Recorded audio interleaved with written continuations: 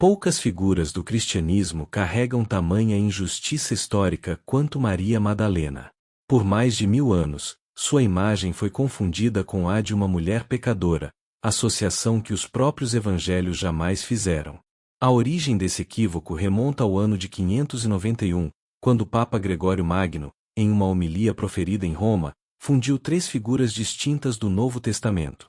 A pecadora anônima que ungiu os pés de Jesus na casa do fariseu Simão, Maria de Betânia, irmã de Marta e Lázaro, e Maria Madalena, a mulher liberta de 7 demônios.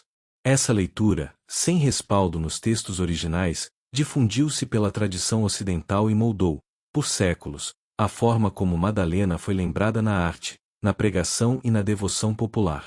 Somente em 1969 a Igreja Católica revisou oficialmente seu calendário litúrgico, separando as 3 figuras e reconhecendo que nada nos evangelhos sustenta a identificação de Madalena com a pecadora de Lucas ou com a irmã de Lázaro. Os 7 demônios dos quais Jesus a libertou referem-se, segundo os estudiosos, a um profundo sofrimento espiritual, não a pecados morais ou a uma suposta vida de prostituição, como a tradição popular insistiu em repetir por gerações. Antes de se tornar símbolo dessa injustiça, Madalena era simplesmente uma mulher de Magdala, pequena cidade pesqueira às margens do lago de Tiberíades, na Galileia.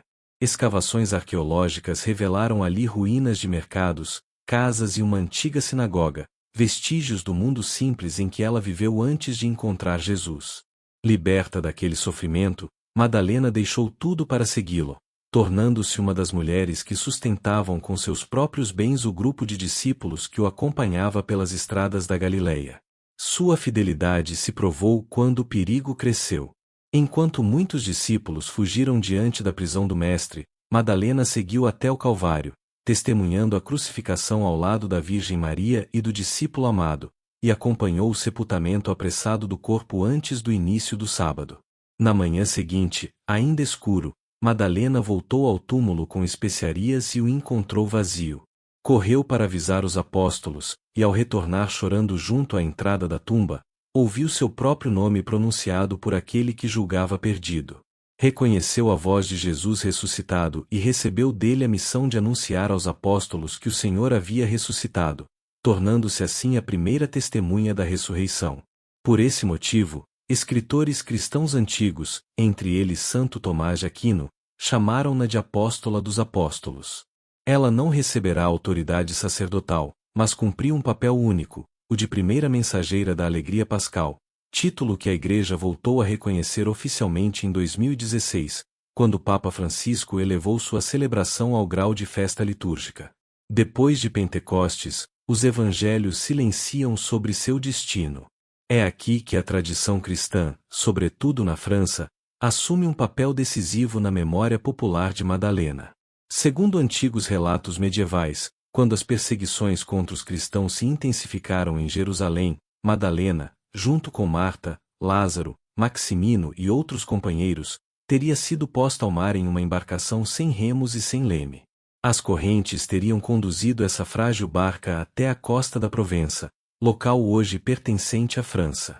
Chegando a Gália, Madalena teria dedicado anos à pregação, percorrendo Marsella e as terras vizinhas, anunciando a mesma mensagem que um dia receberá junto ao túmulo vazio. Depois, segundo a tradição provençal, retirou-se para uma gruta escondida em meio às montanhas, hoje chamada Saint-Bon, palavra provençal para a gruta sagrada, onde teria vivido seus últimos anos em penitência e oração. Essa gruta, erguida a mais de 1000 metros de altitude, tornou-se desde cedo destino de peregrinos. Reis e rainhas subiram a trilha íngreme desde o século XV, buscando o mesmo silêncio que Madalena teria buscado. A floresta ao redor guarda um microclima úmido, quase enevoado, e a pedra fria da entrada contrasta com a penumbra acolhedora do interior, onde velas ainda hoje iluminam o altar esculpido na própria rocha. Até hoje, monges dominicanos guardam o local, e o caminho de pedra continua recebendo visitantes que atravessam a floresta em busca daquele recolhimento. Enquanto a Provença guardava essa memória viva, outra região da França construía, paralelamente, sua própria tradição. Na Borgonha, por volta do ano 1050, os monges beneditinos de Vézelay anunciaram possuir as relíquias de Madalena, trazidas, segundo eles, da Terra Santa. O Papa reconheceu a autenticidade, e Vézelay tornou-se um dos maiores centros de peregrinação da cristandade medieval. Sua basílica, erguida em pedra calcária dourada, ostenta até hoje um tímpano românico de rara riqueza, onde Cristo em glória envia seus apóstolos a todos os povos da terra. Foi ali que São Bernardo pregou a Segunda Cruzada, diante do rei Luís VII. Foi de Vézelay que partiram, mais tarde, Filipe II da França e Ricardo Coração de Leão, rumo à Terceira Cruzada. A colina de Vézelay tornou-se, por séculos, ponto de encontro entre fé, poder e peregrinação, um dos caminhos que conduziam até Santiago de Compostela.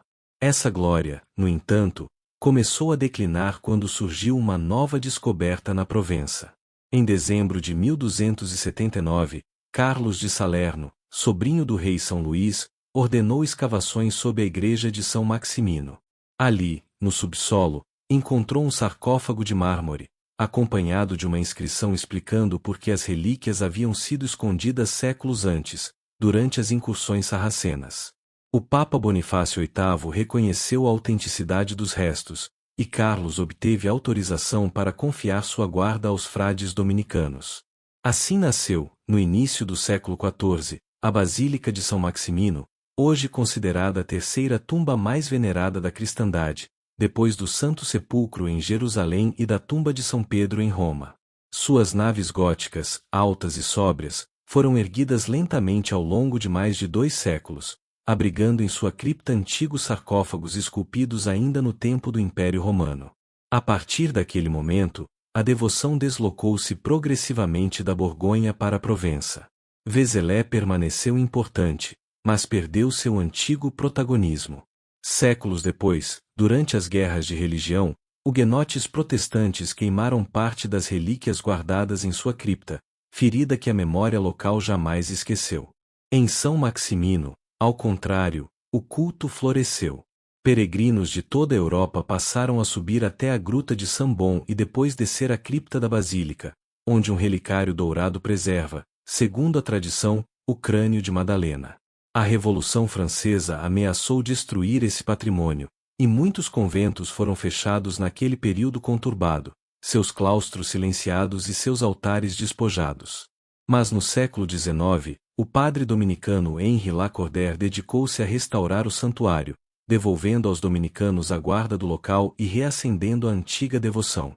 Hoje, todos os anos, no dia 22 de julho, milhares de fiéis sobem a montanha da Sambon carregando a imagem da santa até a gruta onde a tradição situa seus últimos anos. Sinos ressoam pelos vales, cânticos ecoam pela floresta, e famílias inteiras revivem, passo a passo, uma memória que atravessa quase 2000 anos. Em Vézelay, hoje reconhecida pela Unesco como Patrimônio da Humanidade, o antigo esplendor românico continua atraindo peregrinos e visitantes de todos os continentes. Em 2016, o Papa Francisco reconheceu formalmente essa importância, elevando a celebração de Madalena, antes uma simples memória, ao grau de festa litúrgica, o mesmo grau reservado aos apóstolos. No decreto, a Igreja voltou a chamá-la de Apóstola dos Apóstolos, testemunha da misericórdia divina, primeira mensageira da alegria pascal.